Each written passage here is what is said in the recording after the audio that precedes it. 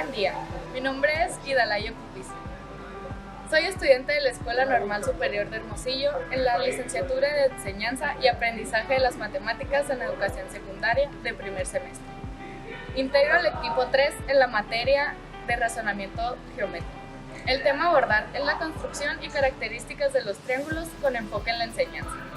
El tema se abordó en 4 etapas, las cuales serán descritas a lo largo de este video, enfocándonos en organización, actividades y organización de la información, para concluir si las estrategias de enseñanza impartidas por el docente generaron conocimientos certeros del tema. Esta etapa se realizó de manera grupal.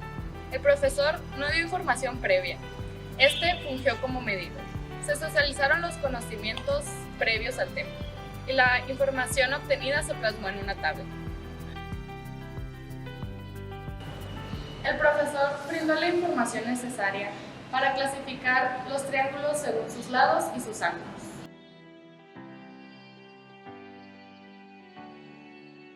La organización fue grupal y la información fue recabada a través de una tabla. El profesor formó equipos de 4 integrantes organizados por mesas de trabajo. A cada uno de ellos se les otorgó palillos de madera para la construcción de triángulos, donde cada palillo representaba una unidad. La dinámica consistió en conocer cuántos triángulos se podían construir con cierta cantidad de palillos y clasificarlos según sus lados y ángulos. La consigna de esta actividad fue conocer cuántos y qué tipo de triángulos podían formar, variando la cantidad que iba desde 3 a 12 palillos. El profesor brindó una tabla con el número de palillos que debía tener cada lado, las combinaciones posibles y las clasificaciones. Esto para determinar si la construcción era posible.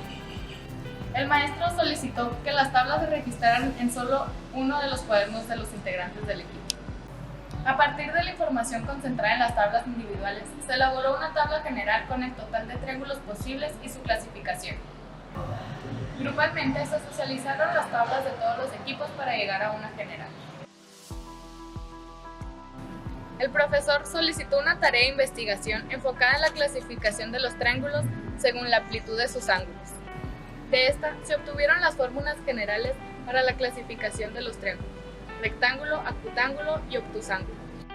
El profesor solicitó que estas fueran registradas en el cuaderno.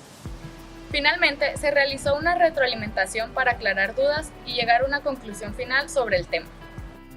Buen día, mi nombre es Aileen Figueroa y voy a hablar sobre la notación convencional en el tema 3, triángulos y construcciones. En la notación convencional se definieron los siguientes aspectos: clasificación de triángulos según sus lados, equilátero, que tiene sus 3 lados iguales, isósceles, 2 lados iguales y uno desigual, y escaleno, que tiene sus 3 lados diferentes. En la clasificación de triángulos según sus ángulos tenemos 3.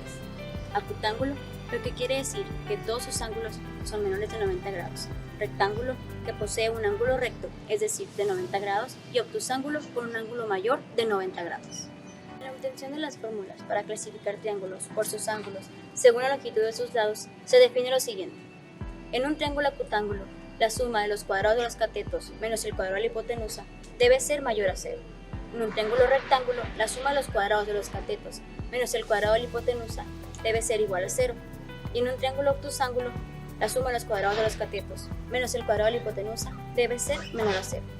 Todo esto se construye en los conocimientos de una notación convencional explícita. Respecto a la notación convencional implícita, se abordaron los siguientes temas: triángulos y sus propiedades, ángulos y teorema de Pitágoras.